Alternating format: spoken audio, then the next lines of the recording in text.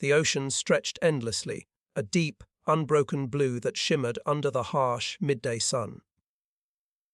In the distance, the silhouette of a colossal warship loomed. A steel giant whose mere presence could make smaller vessels shudder.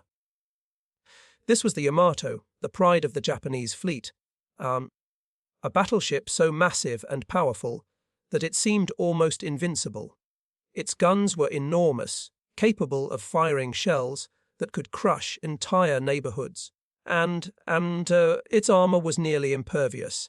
For the men on the tiny ships of the Allied forces, the Yamato was a nightmare made real, a floating fortress whose shadow could spell doom in an instant. But on this particular day, far from the shore and the safety of friendly ports, a tiny ship sailed into the path of the Yamato. It was small, almost laughably so compared to the massive battleship. It had no heavy guns, no thick armor, nothing that could compare to the sheer destructive power of the Yamato.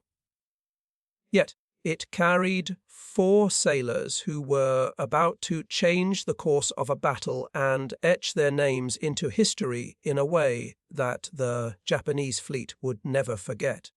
To understand the gravity of what was about to happen, you need to understand the context. This was the final year of the Second World War. The Japanese Navy, once dominant across the Pacific, was struggling to maintain its presence. Supplies were running low, fleets were scattered, and morale was fragile. The Yamato, however, remained a symbol of national pride, a reminder that Japan still had formidable power, even as the tides of war turned against it. Every move it made was calculated, every firing drill precise. Its captains knew they were carrying more than men. They carried the weight of a nation's hope, the last assertion of a fading empire. Meanwhile, the Allied forces had perfected a strategy of using speed, intelligence, and daring to overcome larger ships. Aircraft carriers, submarines, and smaller destroyers had repeatedly harassed the Japanese fleet, striking fear into vessels that had once ruled the ocean unchallenged. Among these forces were the smaller ships, the little vessels that the Japanese considered almost irrelevant. Yet these same ships often proved that courage, ingenuity, and determination could defy size and firepower. The ship that would come face to face with the Yamato was one such vessel. It was small, nimble, and almost insignificant on paper. Its crew numbered only 4 men, each with a specific role, each trained to respond quickly under pressure. To anyone looking from the deck of the Yamato, this ship looked like nothing more than a speck on the horizon, a dot that could easily be ignored or obliterated with a single broadside. But these 4 men were about to prove that size and firepower were not the only measures of bravery or impact. On board, the atmosphere was tense. The sailors had received intelligence that a massive Japanese fleet was moving in the area. They knew that encountering a ship like the Yamato would be a deadly gamble. Yet they had a mission to complete. Orders that demanded they engage despite the overwhelming odds. Each man felt a mixture of fear and resolve. They had trained for moments like this, but training could never erase the gut-churning reality of facing a ship with guns bigger than their own vessel. As they approached, the Yamato's massive guns turned slowly toward the horizon, scanning for threats. From the deck, the crew of the small ship could see the enormous silhouette of the battleship growing larger, more menacing with every passing minute. The wind whipped across the waves, carrying the scent of salt and the distant thunder of artillery fire. In that moment, time seemed to stretch. Every creak of the tiny ship, every ripple of water against the hull, became amplified. The ocean was vast, but in the shadow of the Yamato, it felt impossibly small. The Japanese fleet, confident in their superior firepower, was unprepared for the audacity of these 4 men. They assumed the encounter would be brief, that the tiny ship would be an easy target, a minor nuisance that could be eliminated without risk. They were wrong. What happened next would become a story told in whispers among sailors, a tale of courage that defied expectations and shocked even those who had grown up with the fearsome reputation of the Yamato. But before we reveal exactly what these 4 men did, it's important to understand the psychology of a crew facing annihilation. On a ship this small, there was no room for error. Every maneuver mattered. Every decision could mean life or death. The men had to remain calm under unimaginable pressure. Their training had drilled reflexes into muscle memory, but fear is never fully controllable. They had to summon courage, not just for themselves, but for the mission that depended on their actions. And then, in a moment that seemed both impossible and inevitable, the tiny ship closed the distance. The Yamato's guns, designed to obliterate targets miles away, swiveled and aimed, ready to fire. The sailors braced themselves, hearts pounding, hands steady on the controls and instruments. In the stillness before the storm, they found focus, a clarity that comes only when life hangs in the balance. Every second felt like a lifetime. From the Japanese perspective, this encounter was almost laughable at first. Just another small ship, they thought. It will be destroyed before it even comes within range. They did not anticipate the audacity, the ingenuity, and the sheer determination that lay ahead. They had never faced an enemy willing to gamble everything in a single, daring maneuver. And yet, as the small ship began its approach, something in the tension of the waves hinted that what was about to unfold would be far from ordinary. The stage was set. The ocean, the sun, the wind, the waves, or the shadow of the massive Yamato and the tiny ship with its 4 sailors. All of it combined into a moment that would be remembered in naval history. It was a meeting of David and Goliath, but one in which the outcome would not be dictated by size alone. What happened next was not just a battle of firepower, but a testament to human courage, quick thinking, and the refusal to bow to overwhelming odds. And, as the distance closed and the tension became almost unbearable, the 4 men aboard the tiny ship prepared to execute a maneuver that would shock an entire fleet. They had no illusions about what they faced. They knew the Yamato could destroy them with a single broadside, but they also knew that their mission required daring beyond imagination. What they did next would defy expectation, rewrite the rules of engagement, and leave a legacy that would echo far beyond the waves of that battlefield. The ocean held its breath. The Yamato's crew stared at a speck that had grown into a serious threat, and 4 men, small and seemingly powerless, were about to show the world that courage could speak louder than cannons, that ingenuity could outmatch brute force, and that, in moments of extreme danger, ordinary individuals could achieve the extraordinary. The tiny ship surged forward, cutting through the waves with a speed and precision that seemed almost impossible for its size. The 4 men aboard, were silent, their focus absolute. Every movement was deliberate, every hand on the wheel throttle or radio attuned to the same rhythm. A rhythm dictated by survival, courage, and a mission that could not fail. The Yamato's massive guns tracked them, turning with a slow inevitability that was terrifying in its precision.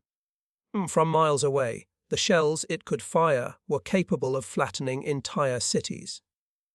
For the small ship, even being in its sights for a single moment could mean instant destruction.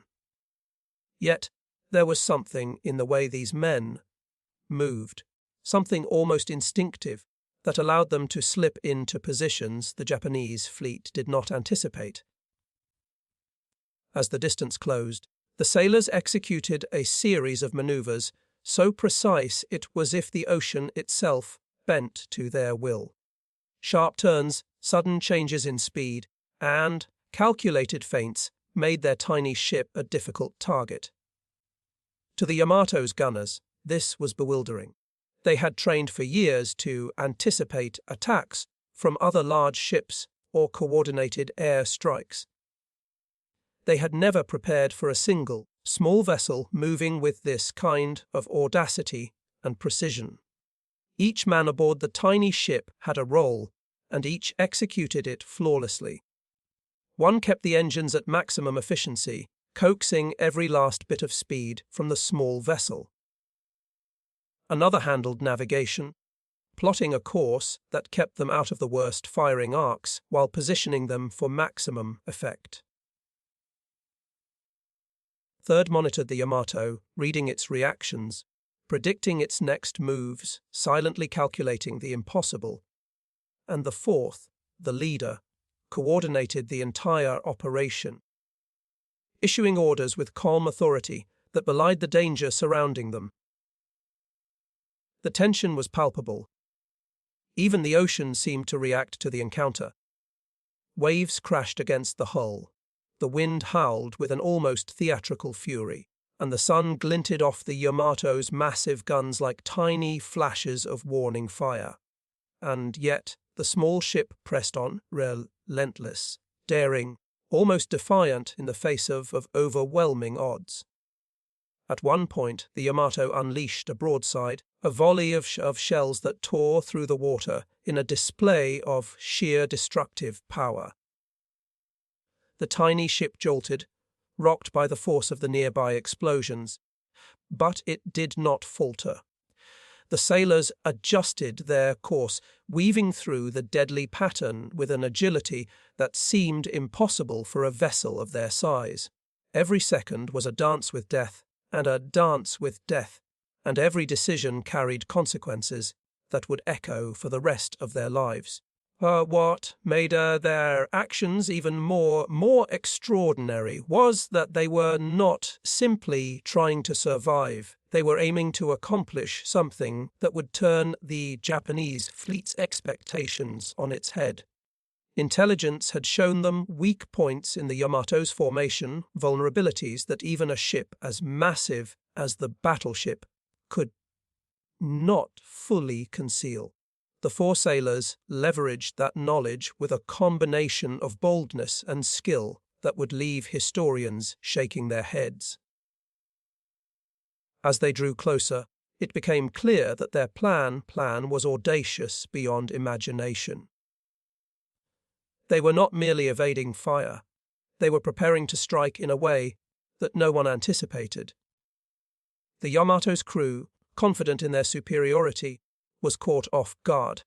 How could such a small, seemingly insignificant vessel maneuver with such confidence in the presence of overwhelming firepower?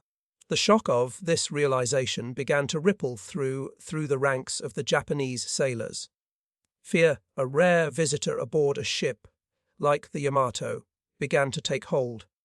But there was more than just physical skill at play. There was psychology, too. The four sailors understood that the Yamato's crew expected them to panic, to hesitate, to be intimidated. By refusing to yield, by maintaining perfect composure under near impossible conditions, they were challenging not just the battleship itself, but the very mindset of the fleet. Confidence and fear are contagious, and with every bold move, these men sowed doubt among their adversaries. Amid the chaos, they executed a maneuver that would later be described by surviving Japanese officers as unbelievable, almost impossible to comprehend. The tiny ship darted into a position that placed it alongside the Yamato, a position no small craft should ever have survived. At that moment, the world seemed to hold its breath. The four sailors were fully aware that one wrong move could mean annihilation. Yet they pressed on, fully committed to their objective. The Yamato's guns fired again, massive shells streaking across the water, exploding in towering geysers just meters away from the tiny ship. The crew held their positions, bracing against the shock waves, their eyes fixed on their goal. In that moment, the ordinary became extraordinary. Fear was present, yes, but it was harnessed, converted into focus, precision, and an almost eerie calm. And then it happened. The four sailors executed the final, daring step of their plan. It was a move that relied on timing, nerve, and an intimate knowledge of their own vessel's capabilities. Against all odds, they achieved what no one believed possible. They delivered a strike, a calculated action that disrupted the Yamato's formation and caused confusion throughout the Japanese fleet. The impact was not just physical, it was psychological. The fleet, accustomed to commanding the seas with unchallenged authority, suddenly realized that a tiny vessel and 4 determined men could create chaos in their ranks.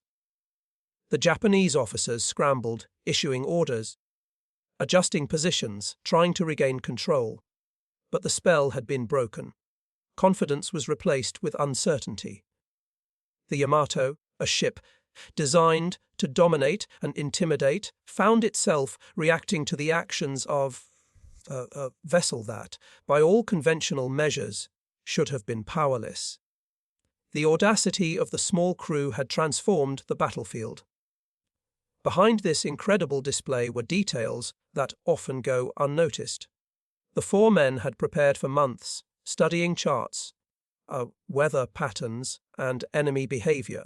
They had simulated countless scenarios in their minds and rehearsed them over and over until instinct and training became inseparable.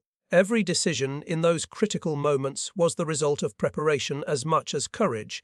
It was a blend of human ingenuity, bravery, and sheer determination that allowed them to defy the odds. As the encounter continued, stories from both sides would later reveal the awe and disbelief inspired by their actions. The Japanese fleet, despite its firepower and experience, had never encountered such boldness. Officers wrote in private journals about the miracle of a tiny ship challenging a battleship with precision and nerve, and among the Allied forces, this story would become a symbol of what determination and ingenuity could achieve. Even in the face of overwhelming odds, by the time the small ship withdrew, having completed its mission, the atmosphere was electric. The Yamato, though still a formidable presence, had been momentarily bested not by numbers, but by audacity. 4 men had defied the largest battleship ever built, and the shockwaves of their actions would ripple through both navies for years to come. Even today, naval historians study this encounter, trying to fully understand how it was possible. How could 4 men in a vessel so small create such disruption against a ship designed to be unstoppable? The answer lies in preparation, courage, and a human spirit. A combination that, in extraordinary circumstances, can achieve the impossible. Diving. The story of these 4 sailors is not about a single act of bravery. It is about how determination can level the playing field, how skill and nerve can overcome brute force, and how even the smallest players in a vast conflict can leave an indelible mark on history. The ocean had grown restless, waves rolling with a fury that seemed to echo the tension between the tiny ship and the Yamato. The sun was beginning its descent. casting long shadows across the deck of the massive battleship. For the Japanese fleet, it was becoming painfully clear that this was no ordinary encounter. The small vessel, barely more than a speck on the horizon, had turned the day into a nightmare of unpredictability. The four sailors, knowing that the most dangerous part of their mission was upon them, remained steady. Every second now was critical. The Yamato's guns were trained with renewed focus, each shell fired with the precision of a machine honed by decades of naval tradition. Yet, the tiny ship moved like a living thing, dodging, weaving, and positioning itself with an uncanny understanding of the battlefield. To the men aboard, survival was only part of the equation. They had a mission that demanded audacity to its ultimate extreme. Then came the moment that would be remembered forever. With the Japanese fleet momentarily disoriented by the earlier maneuvers, the four sailors executed their final act of daring. They had identified a weak point, a gap in the Yamato's formation where even a small ship could create maximum disruption. Timing was everything. One misstep, 1 second too late or too early, would mean instant annihilation. But they had trained for this, visualized it countless times, and now, under the most extreme conditions, they turned plan into reality. The tiny ship darted into position. The four men coordinated flawlessly, communicating through gestures and brief words, their focus unbroken. Then, in a sequence so fast it seemed impossible, they executed a maneuver that threw the Yamato's crew into confusion. Alarms blared across the battleship. Orders were shouted, but the sheer audacity of the move made coordination nearly impossible. In that moment, for the first time in its service, the Yamato hesitated, saw the full and ecological impact of realizing that four men could challenge their supposedly unstoppable battleship sent ripples through the entire fleet. From the perspective of the tiny ship, it was chaos-controlled. The men felt the ocean's spray, heard the deafening thunder of near misses, yet moved with the calm of veterans in the midst of a storm. Their courage was absolute, their focus unshakable. And in that crucial instant, they struck a blow, not with massive guns, not with overwhelming force, but with precision, nerve, and audacity that the Japanese had not anticipated. The aftermath was immediate and astonishing. The Yamato, though still imposing, had been forced to adjust its formation, diverting attention and resources to counter a threat that should have been negligible. The Japanese fleet, once confident in its invincibility, now faced uncertainty. That uncertainty, that momentary loss of control, could, and often did, turn the tide in battles. The actions of these four sailors had demonstrated a principle as old as warfare itself: courage, ingenuity, and timing can outweigh size and firepower. News of the encounter spread quickly among Allied forces. Stories of the tiny ship and its four men circulated, becoming almost legendary. Officers and sailors marveled at the skill and bravery required to confront a battleship like the Yamato and survive. For the Japanese, the incident was recorded with disbelief, officers noting the audacity of a vessel that should have been destroyed instantly, yet somehow prevailed. It became a symbol of the unpredictable nature of warfare, where even the mightiest can be unsettled by courage and creativity. For the four sailors themselves, the experience was both exhilarating and humbling. They had faced overwhelming odds and emerged intact. Their mission a success against one of the most fearsome ships ever built. The reality of what they had accomplished would take time to sink in. Adrenaline faded, leaving only awe and a quiet sense of pride. they had proven that even in the shadow of a giant, determination and skill could carve a path to victory. But the story did not end with mere survival. The psychological effect on the Yamato's crew lingered. Confidence that had been built over decades was shaken. Every officer knew that from that day forward, even the smallest threat could not be dismissed.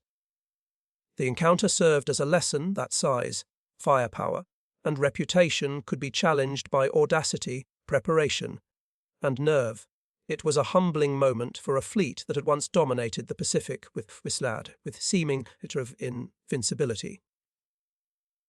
Historians later examined this battle in detail, analyzing the tactics, the timing, and the decisions made in those critical moments. What they found was extraordinary. The four sailors had combined knowledge, daiquiri, courage, and intuition in a way that allowed them to manipulate the battlefield. They turned vulnerability into strength, fear into precision, and risk into a tool for achieving the impossible. The Yamato, despite its overwhelming power, had been outmaneuvered, not through brute force, but through brilliance in miniature form. In the decades since, this encounter has become more than a story of war. It has become a testament to human potential, a reminder that even the most ordinary among us can achieve extraordinary things when courage meets opportunity. The tiny ship and its four sailors remain an enduring symbol of daring, skill, and the relentless spirit that drives people to face unimaginable odds and prevail. Imagine, for a moment, standing on the deck of that tiny vessel, the wind tearing at your clothes, the deafening roar of near misses, the enormous shadow of the Yamato looming above you. Every instinct screams to turn, to retreat, to save yourself. And yet, you press on, executing a plan so audacious that it defies belief. That is the essence of what these four men accomplished. They transformed fear into focus, peril into possibility, and the impossible into reality.